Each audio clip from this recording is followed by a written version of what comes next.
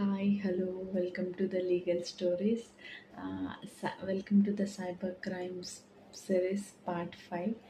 And ఈరోజు చెప్పబోయే story ఒక educated criminal up to 2.46 crores అనేది స్కామ్ చేశాడు.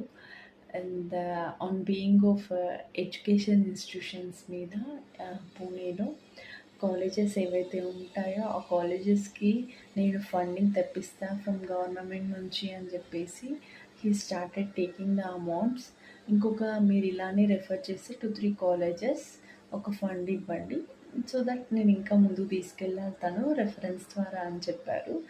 బట్ సరే అని చెప్పేసి ఎడ్యుకేషన్ ఇన్స్టిట్యూట్కి వాళ్ళకి ఫండ్స్ కావాలి కదా గవర్నమెంట్ నుంచి, so that it will development more అవుతుంది అని చెప్పేసి వాళ్ళ ఉద్దేశంతో సరే అని స్టార్ట్ చేసి అప్ టు 2.46 క్రోర్స్ ఇచ్చారు.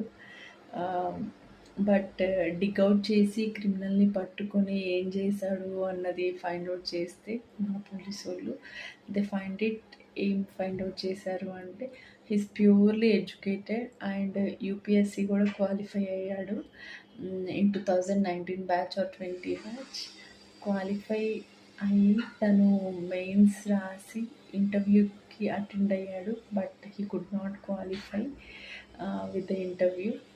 సో ఇప్పుడు మనిషిని ఒక క్రిమినల్ థాట్స్ ఎలా చేస్తాయో మనీ ఎర్న్ చేయడానికి ఇదొక ఎగ్జాంపుల్ అని చెప్పొచ్చు. బీయింగ్ ఎడ్యుకేటెడే ఒక సో బీయింగ్ ఎడ్యుకేటెడ్ కూడా పర్సన్ ఇలా చేస్తున్నారు అంటే due to that they want to earn too much with in a short period అని చెప్పొచ్చు. So please try to stop earning in the short cut ways. Lean on your work, what it can be do. So please try to avoid all these unnecessary things, circumstances, ఫ్యూచర్లో ఎలా ఉంటాయో కూడా తెలియదు. So please only concentrate on the job or the work ఏదైతే మీ దగ్గర ఉందో,